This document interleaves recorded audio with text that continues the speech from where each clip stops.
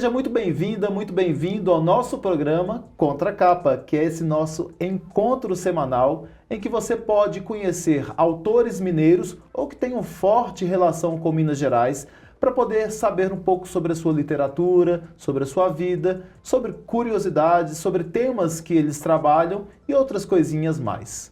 Hoje nós recebemos aqui uma escritora que não é mineira, mas tem uma forte ligação com Minas Gerais, a Aline Cadilli. Aline, falei certo o nome? Falou.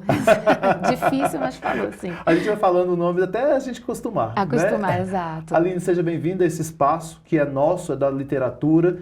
Você é uma pessoa que a gente já tentou trazer algumas vezes, mas pela distância, você não mora em Belo Horizonte mais, né? Exatamente. Mas sempre está aqui porque faz parte da nossa cultura já. Exatamente. Então seja bem-vindo ao nosso espaço. Olá, pessoal. Muito obrigada pela oportunidade. Olha, antes da gente falar com a Aline, falar um pouquinho do currículo dela e saber quais são os temas que ela trabalha e os livros que ela escreveu, eu queria falar com você onde você pode nos assistir e também nos ouvir.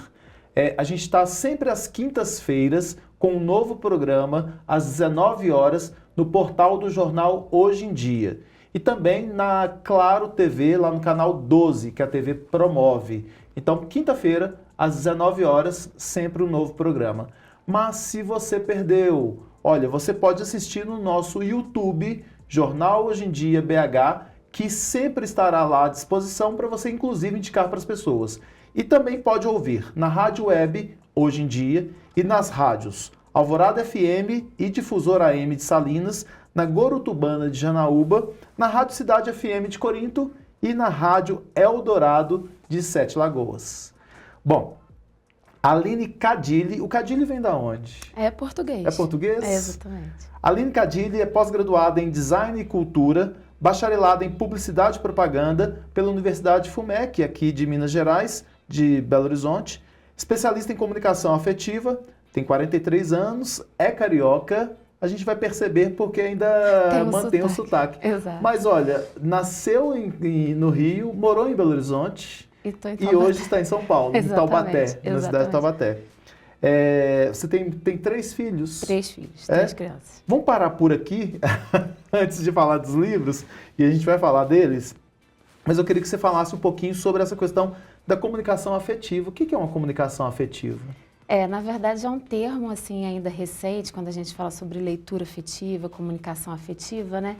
Porque a gente está acostumado muito com algo comercial, né? Que está aí virado para o mercado, né? Direcionado para o mercado.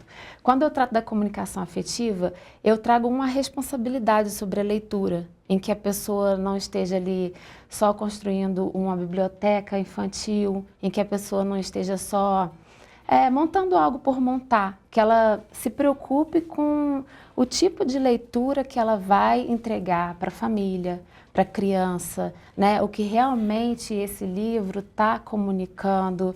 E aí quando eu falo assim, mas da onde surgiu, né, o termo comunicação afetiva? Na verdade, foi uma junção do que a gente tem trazido hoje para a maternidade em termos de educação com respeito, né? A educação com afeto. Então, unindo tudo isso, eu preferi ficar mais nessa linha de escrita e de leitura do que algo mais assim de alfabetização, né? Letrado ali mais para o mundo do mercado mesmo. Eu não sei se eu estou conseguindo explicar, mas é porque muitos escritores, e não tem nada de errado nisso, acabam aproveitando uma onda do que está sendo falado para lançar. Quais termos que vão chegando, Quais termos que vão chegando por uma questão de comercialização. E eu não tenho exatamente essa preocupação, porque eu quero levar uma linguagem do amor, do carinho, do afeto, para que as crianças possam perpetuar isso para dentro da família, né, no ambiente escolar. Então, a leitura afetiva, a comunicação afetiva, eu empreguei esse termo na minha escrita justamente para as pessoas entenderem o que elas vão encontrar sempre no material que eu estou, né, dissertando, no material que eu estou divulgando.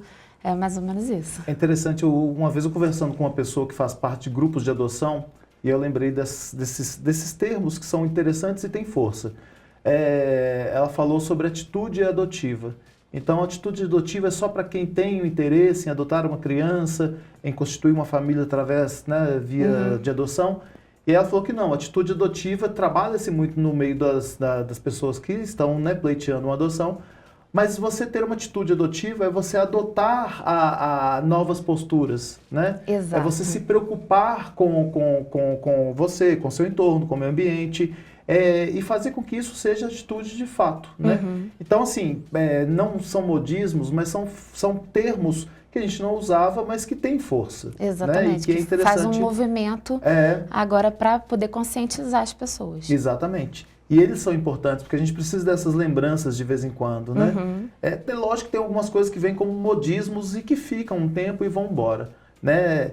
Você chegou a trabalhar em agências de propaganda? Sim, aqui em Belo Horizonte. Então você fez parte dessa estrutura empresarial, Sim. Você experimentou essa estrutura empresarial, que comunicação era para venda, para dar visibilidade a algum produto, serviço, e aí você migrou. Como é que foi o migrar para escrita literária e para trabalhar com a escrita afetiva? Bom, quando eu saí, né, das agências de publicidade, eu no início achava que eu ia me dedicar só à maternidade, né? Eu saí, aí eu tive meu primeiro filho, mas eu nunca consegui parar, na verdade, assim, eu fiquei atuando sempre na parte de criação de maneira autônoma, identidade visual, né? Tendo uma carteira de clientes aí, até que então, mas eu nunca deixei de escrever nada, sempre escrevia, todos os dias. Até que então chegou na época do fundamental do meu filho, né, o mais velho, e a gente teve uma experiência, infelizmente, muito, muito ruim, muito traumatizante com a escola. E eu acabei escrevendo um texto, vou falar assim, foi um desabafo de uma dor imensa que eu estava sentindo. E o livro acabou ressignificando essa dor. Né? Então esse texto virou um livro? Exatamente. E foi qual? O Menino Fora da Caixa. Então que é esse aqui. Foi o seu primeiro livro? Foi o meu primeiro livro, né? Publicado em 2022. Eu escrevi em 2020. Aí tive um processo, né? Porque a gente estava na pandemia, falta de conhecimento e contato com editoras. Então até eu chegar e concluir o projeto foi em 2022. E na verdade, sim, eu passei o texto para algumas pessoas, familiares e amigas, lerem, que eu falei, gente, olha só, eu fiz isso aí porque eu estava sentindo isso. Essa angústia. Essa angústia. Aí falaram assim, nossa, Aline, eu acho que o texto vai ajudar outras famílias, outras crianças, eu acho que a gente tem que fazer isso aí circular. E aí eu acabei procurando uma editora que abraçou né, o texto, que entendeu o sentido do texto. E a gente fez isso que eu falo que hoje em dia se tornou um projeto, que ele ficou muito maior do que aquilo que realmente eu pretendia, que era talvez dar um colo para alguém como eu estava precisando, né? Deixar claro para qualquer criança neurodivergente que está tudo bem, está fora da caixa. Então foi se estendendo e eu senti que ali naquele meio é isso. O termo bullying, os transtornos estão em alta, mas faltava afeto, mas faltava um olhar menos comercial para aquele tipo de material, para o tipo de leitura, para não ser só mais um livro que chegava para falar desse tema, né? É entender, olha, esse livro ele pretende comunicar tal coisa, né? Assim, não é um livro só que você vai estar encontrando em prateleiras, livrarias e tudo mais. Eu quero levar ele lá para dentro da escola, para chegar dentro da casa daquela criança que precisa ou não, porque eu falo, gente, tão importante quanto a família dos atípicos estarem lidando com essa questão de bullying, é a família dos que não são. Porque você ensinar para o seu filho, olha, você vai encontrar na sua sala de aula crianças laudadas, né? Crianças que têm pensamentos e comportamentos diferenciados e que ela precisa entender que é só uma criança. Ela é uma criança apesar de, né? Então, assim, nenhum laudo, nenhum transtorno precisa definir aquela criança. Não tem que ser uma marca, uma chancela, né? Exatamente, né? Então, essa coisa que a gente entende do diferente, que a gente escuta tantas coisas anormal, né? São termos assim que a pessoa não entende o quanto dói nos outros. Isso tem uma coisa que é muito ruim de se ouvir, sendo mãe e profissional na área agora, nossa, mas ele nem parece. Né? E aí você fala assim, mas tinha que ter cara, tinha que estar estampado nele de alguma maneira. As pessoas geralmente esperam de uma criança, né, ou de uma pessoa neurodivergente, né, com transtorno, algum indício muito claro, porque está acostumada ali, talvez, né, infelizmente, com as crianças de TEA, suporte 3, que aí não tem tanto controle corporal, não são, né, verbalizados. Mas não é isso, gente. Existem outros níveis, né? Existem outros prejuízos desses transtornos que para a pessoa não está claro, mas que na transição dela de vida, no dia a dia dela, aquilo ali vai ficando claro para todo mundo, né? E aí a pessoa não está pronta para lidar, a pessoa não sabe como contornar uma situação que aconteça com aquela criança, né? Eu precisei de um trabalho até interno com a minha família. Né? De você saber que a sua família não entendia, achava que não, de tia chegar e falar assim, é falta de Deus. É mimado. Não, é falta de limite, falta de educação, falta de Deus. Eu escutei de tudo. De tudo, inclusive falta de Deus. Exatamente. Né? Teve até uma época, Deus me livre, que falaram que tinha um remédio para curar autismo. Ainda bem que foi desmitificado, que muita gente, né?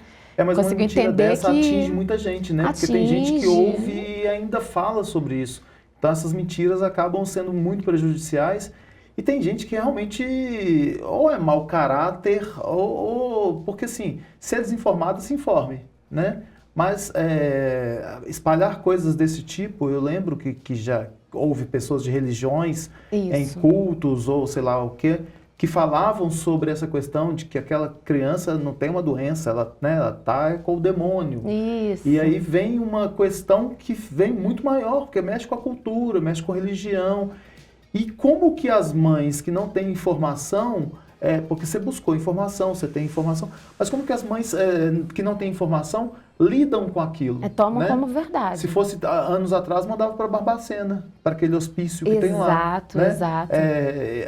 E achando que estava fazendo a coisa mais certa porque o filho tem aquilo. Né? Eu falo assim, na verdade, o meu pensamento, depois de toda a experiência que eu estou tendo até hoje, né, de 6 anos para trás, assim, as pessoas que têm esse tipo de discurso, elas não querem lidar.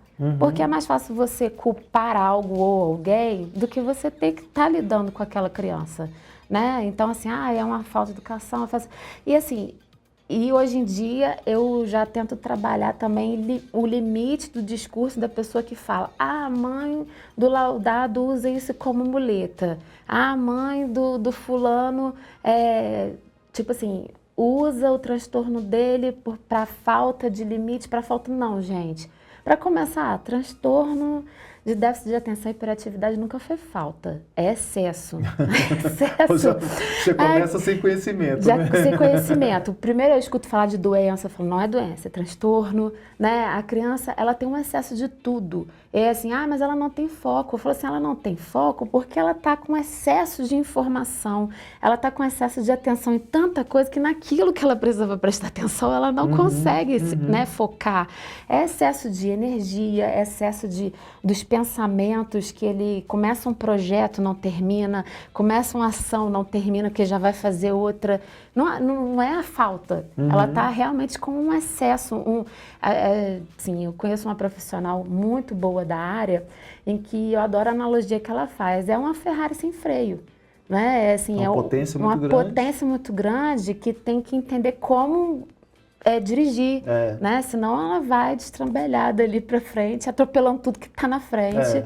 Né? Então, assim, são coisas assim, pequenas que você nem precisa de termos médicos ou científicos para entender, mas a pessoa precisa querer conhecer, a pessoa precisa querer se informar. Não é difícil, mas é algo hoje em dia que as pessoas ainda ficam resistentes, ainda querem tratar como o diferente, o isso, aquilo outro. Tanto que, como é que foi essa dor, né? Nós colocamos... Que originou esse primeiro Exatamente. É algo chocante, eu acho chocante isso que eu vou falar. Eu repito isso... Eu ia até te perguntar e não sabia se podia falar. Não, eu repito isso há alguns anos, mas aí depois eu consegui parar de chorar quando eu falava e consegui verbalizar isso de uma maneira melhor para as pessoas entenderem. Meu filho tinha apenas 6 anos quando ele entrou no primeiro ano do fundamental e definitivamente a escola queria uma criança pronta, né? Já lendo, escrevendo, que não era a situação dele. E um dia a professora escreveu no para-casa dele, isso não é normal. E eu pedi uma reunião com a escola.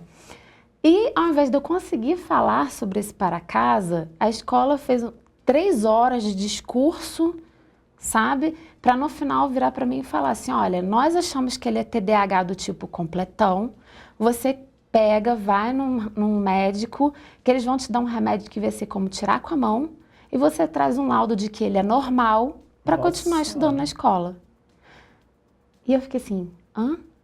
Né? Primeiro, vamos definir normal, gente. Vamos definir o que é ser normal nos dias de hoje, no mundo da gente. Então, assim, eu saí de lá sem nunca ter recebido isso de outras escolas e ainda receber dessa maneira. O problema não estava ali em sinalizar um transtorno do meu filho, não estava em sinalizar uma dificuldade. Foi como que isso chegou até mim?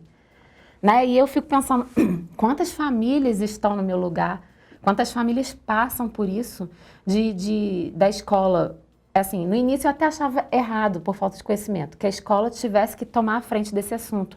Mas não, na verdade, quanto antes for sinalizado, melhor é para você, né, tratar a criança no que ela precisa, nas terapias que ela precisa, se ela precisar de uma medicação, né, o suporte que ela vai precisar dentro da escola, o plano de ensino, se vai ser tão diferenciado, assim, enfim, várias diretrizes.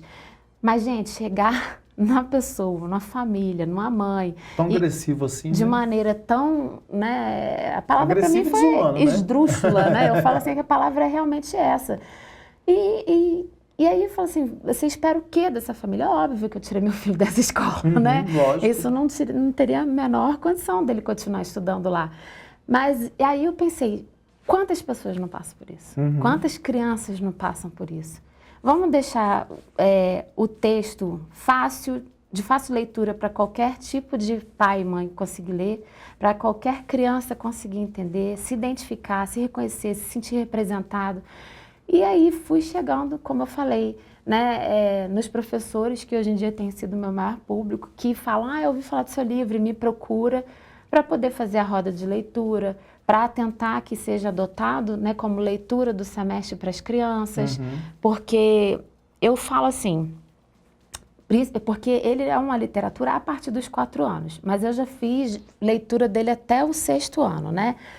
Na área da educação infantil, a criança praticamente, ela está ali, casa, escola, né? Às vezes 70-30, nessa proporção.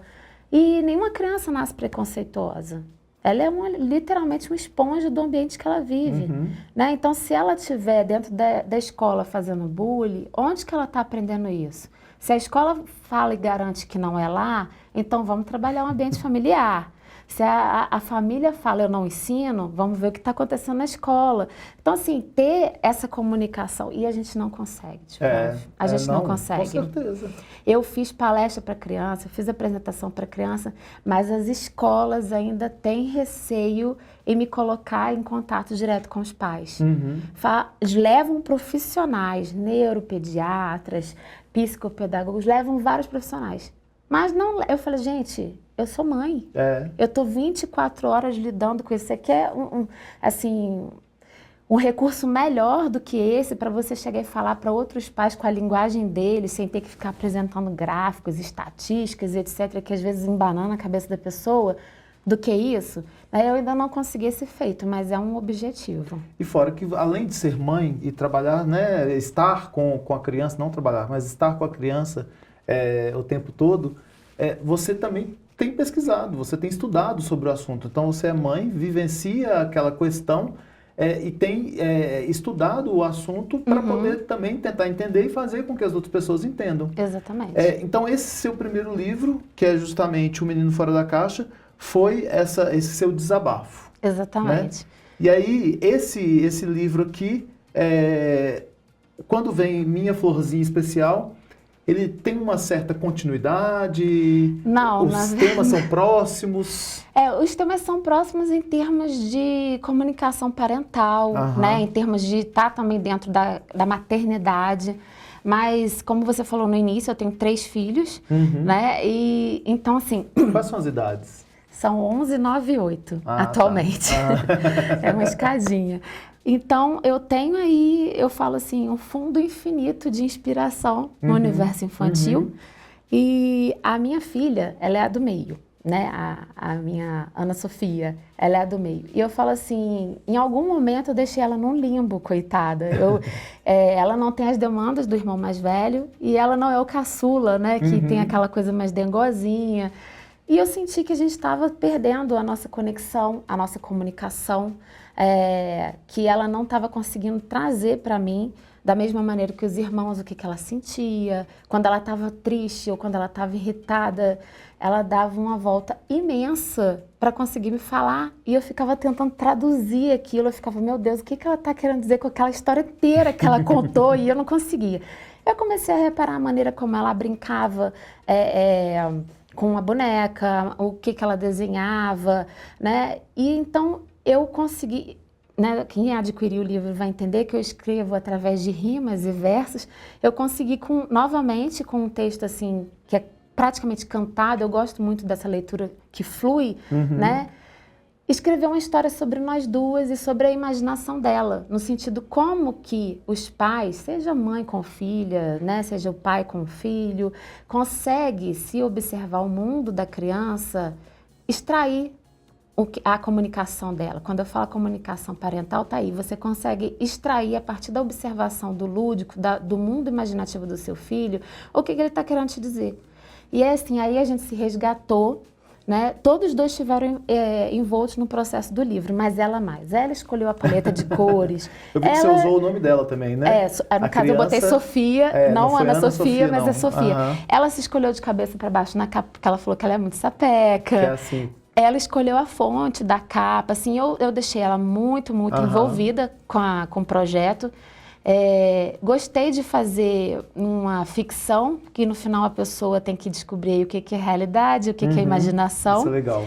E eu falo que o final feliz do livro é o relacionamento que eu tenho com ela hoje.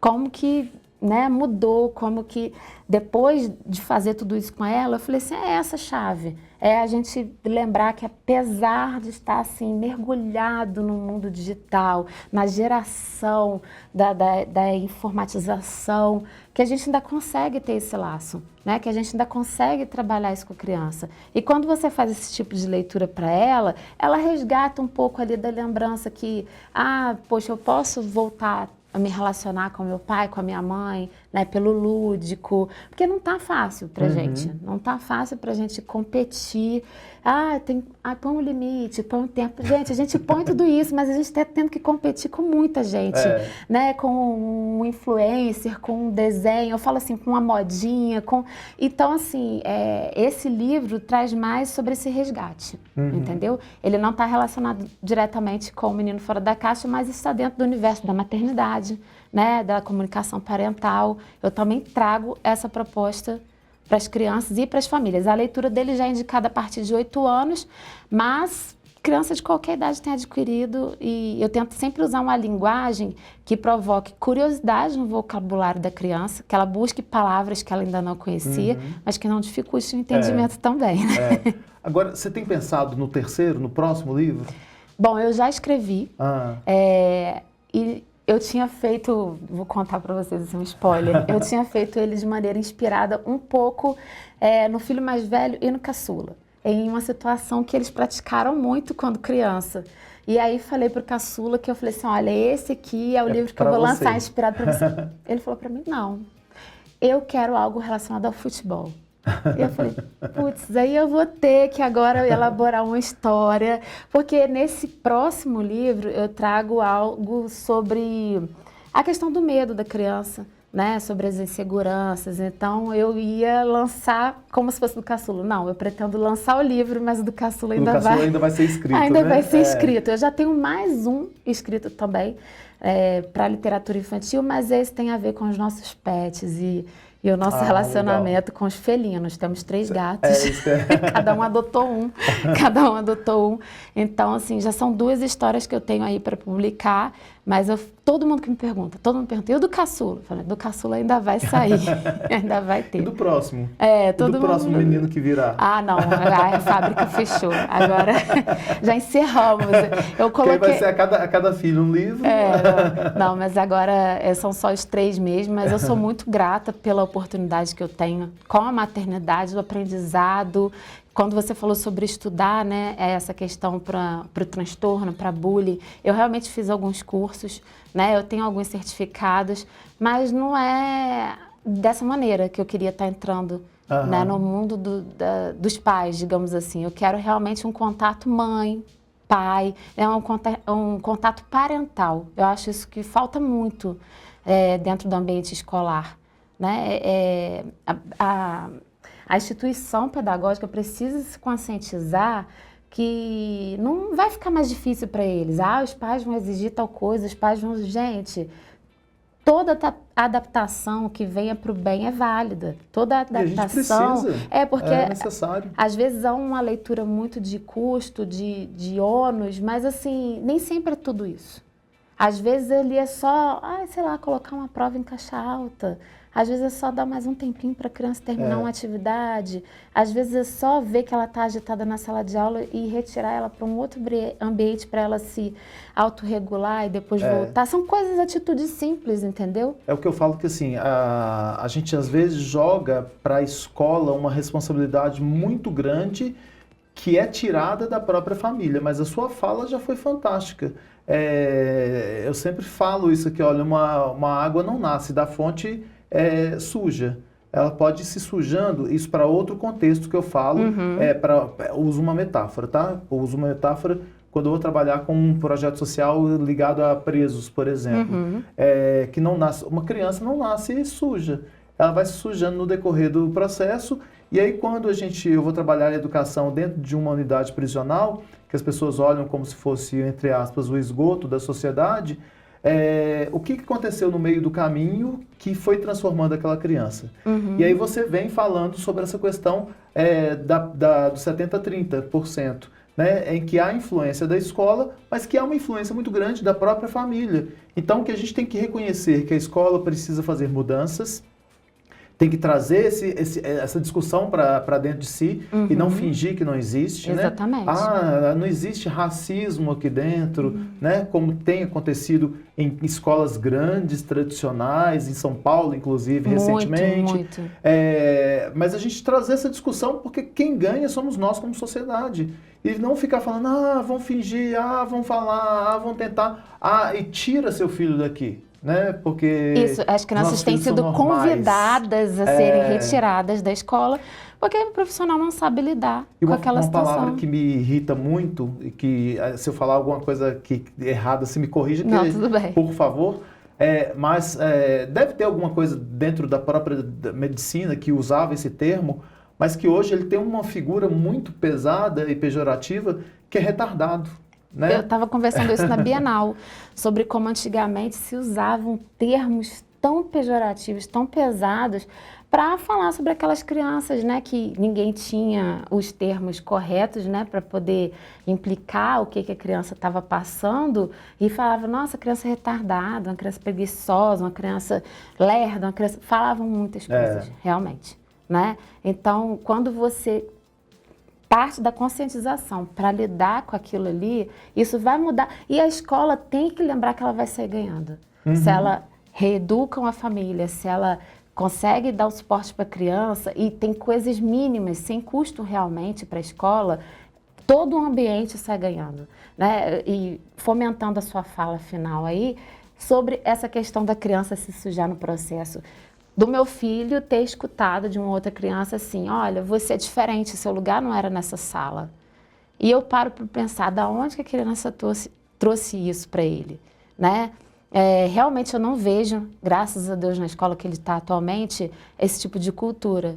Então eu penso, na casa está tendo algum questionamento aí sobre o que é diferente, o que é normal, o que é o transtorno, né? Tem gente que trata o transtorno como uma doença contagiosa, Então, falta muito um chão A gente tem que grande. aprender muito ainda, né? Eu sei que você entendeu, inclusive, mas eu vou reforçar para quem nos assiste e nos ouve que a minha comparação foi justamente para poder dizer da criança quando nasce, né? Isso. E da gente e como é ensinado para essas crianças. Então, crianças típicas que lidam com crianças atípicas, são termos que se usa hoje, Isso, né? exatamente. Aprenderem que há diferença, mas são pessoas, né? Que na verdade ela vai fazer tudo que outra criança faz de uma maneira diferente. Exatamente. E é só isso. Eu falo assim, e está tudo bem. E é somente isso. Exatamente. Né? Bom, a gente tem que encerrar essa nossa conversa, mas antes eu queria falar que a Aline também, ela participa de um grupo de estudos, de um grupo de escritores de Taubaté, que é a cidade onde você mora hoje em São Paulo, que é responsável pela organização da Bienal local. E é membro da organização de feiras e eventos culturais lá também em Taubaté. Então você também está bastante ativa nessa área da literatura, já tendo participado aí de várias bienais ou eventos, né, em São Paulo, Minas, Rio, que promovem a literatura e buscam o acesso maior das pessoas à literatura, né? Exatamente. E eu venho estudando em cada lugar que eu passo para ver como que a gente pode melhorar sempre. Exatamente. Aline, para te encontrar, como as pessoas fazem? Podem procurar no meu Instagram, que é o meu próprio nome, né? @alinecadilli. Eu também tenho um site, que é o www.alinecadilli.com.br e no meu WhatsApp.